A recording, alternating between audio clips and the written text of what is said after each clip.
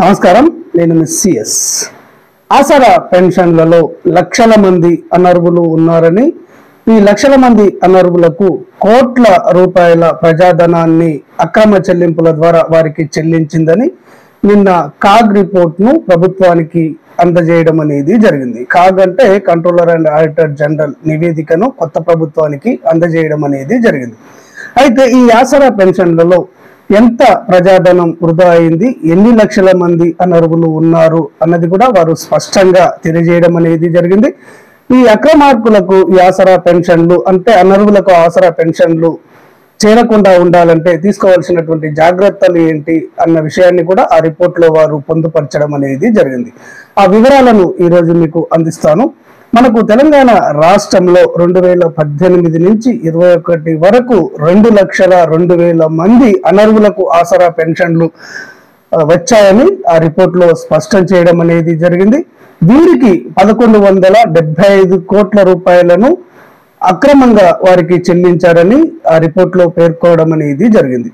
ఏ కేటగిరీలో ఎన్ని కోట్లు అక్రమంగా ఈ పెన్షన్దారులు పొందారు అన్నది కూడా వారు స్పష్టం చేశారు. ఇక్కడ బీడీ కార్మికుల పెన్షన్లలో 446 కోట్లు అనర్హులకు చేరాయని, అదేవిధంగా వికలాంగుల కేటగిరీలో కూడా 71 కోట్ల 90 లక్షల రూపాయలు ఇక్కడ నకిలీ వికలాంగులకు చేరాయని, ఆ తర్వాత ఒంటరి మహిళల కేటగిరీలో 1,70 లక్షల రూపాయలు వృధా అయ్యాయని, ఆ తర్వాత కుటుంబంలో ఒకరికంటే ఎక్కువ పెన్షన్లు ఇవ్వడం ద్వారా 14 కోట్ల 63 లక్షల ప్రజాధనం వృధా అయిందని, మరియు ఇక్కడ భూమి ఎక్కువ ఉన్న వారికి 67 కోట్ల 45 లక్షల రూపాయలు ఈ అనర్హులకు చేరాయని, ఆ తర్వాత మనకు 367 మందికి అంటే 367 మంది చనిపోయిన వారికి కూడా ఇక్కడ 90 లక్షల రూపాయలు ఇక్కడ ఆసరా పెన్షన్ల రూపంలో చెల్లించారని ఆ నివేదికలో వారు స్పష్టం చేయడం అనేది జరిగింది.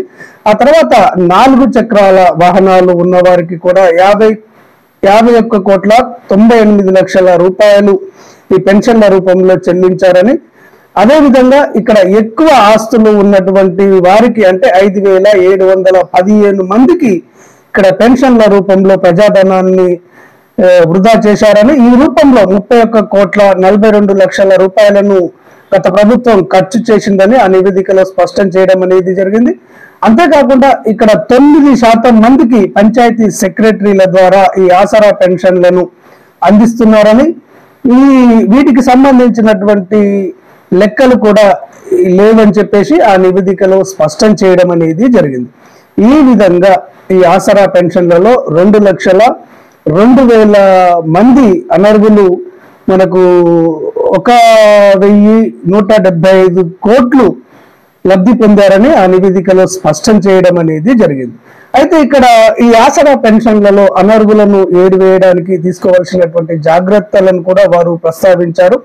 ఇక్కడ రైతు బంధు మరియు రైతు బీమా పోర్టల్ కు ఈ ఆసరా పెన్షన్ యొక్క లబ్ధిదారుల వివరాలను లింక్ చేసినట్లయితే ఇక్కడ భూమి ఎక్కువ ఉన్నటువంటి వారు, చనిపోయిన వారు బయటపడే అవకాశం ఉందని ఈ విధంగా లింక్ చేయాలని కూడా వారు స్పష్టం చేయడం అనేది జరిగింది. ఆ తర్వాత ఇక్కడ ఐటీ పోర్టల్ కానివ్వండి, రవాణా శాఖకు సంబంధించినటువంటి ఆర్టీఏ పోర్టల్ కానీ ఈ ఆసరా పెన్షన్దారుల యొక్క వివరాలను యాడ్ చేసినట్లయితే ఇక్కడ ధనవంతులు మరియు 4 చక్రాల వాహనాలు ఉన్నవారు అనర్హులుగా బయటపడతారని కూడా ఆ నివేదికలో స్పష్టం చేయడం అనేది జరిగింది. వాస్తవంగా కూడా ఇక్కడ ఈ కాగ్ నివేదిక 2018 మరి 21కి సంబంధించింది. కానీ ఆ తర్వాత 2022లో మరొక 10 లక్షల మందికి అప్పటి ప్రభుత్వం ఈ పెన్షన్లను మంజూరు చేయడం అనేది జరిగింది. ఇప్పటికీ మనం చూస్తూనే ఉంటాము, చాలా మంది అనర్హులు ఈ ఆసరా పెన్షన్లను తీసుకోవడం అనేది జరుగుతుంది. వీరందరినీ ఏరివేసినట్లయితే ఇప్పుడు కాగ్ నివేదిక పేర్కొన్నట్టు 2,02,000 మంది కాదు, పూర్తిగా ఈ ప్రభుత్వం విచారణ చేపట్టినట్లయితే ఈ ఆసరా పెన్షన్లలో 5 లక్షలకు పైగా అనర్హులు బయటపడే అవకాశం అనేది ఉంది. ఈ విధంగా అనర్హులను ఏరివేసినట్లయితే లక్షల కోట్ల ప్రజాధనం అనేది సేవ్ అవుతుంది. ఇక్కడ అర్హులైనటువంటి వారికి ఈ పెన్షన్లను పెంచి ఇవ్వడానికి ప్రభుత్వానికి సాధ్యమవుతుంది. ఇప్పటి ప్రభుత్వం తప్పకుండా ఈ ఆసరా పెన్షన్ల పైన విచారణ చేసి అనర్హులను ఏరివేయాలని కూడా అంతర్నేత్ర డిమాండ్ చేస్తుంది. ఓకే ఫ్రెండ్స్, క్లారిటీగా అర్థమైంది అనుకుంటాను. ఈ ఆసరా పెన్షన్లకు సంబంధించినటువంటి ఎలాంటి లేటెస్ట్ అప్డేట్ ఉన్నా కానీ ఉన్నది ఉన్నట్టుగా ఆ సమాచారాన్ని మీకు చేరవేయడం అనేది జరుగుతుంది. ఈ సమాచారం వెంటనే మీకు తెలియాలి అంటే అంతర్నేత్ర ఛానల్ను తప్పకుండా సబ్స్క్రైబ్ చేసుకోండి. ధన్యవాదాలు.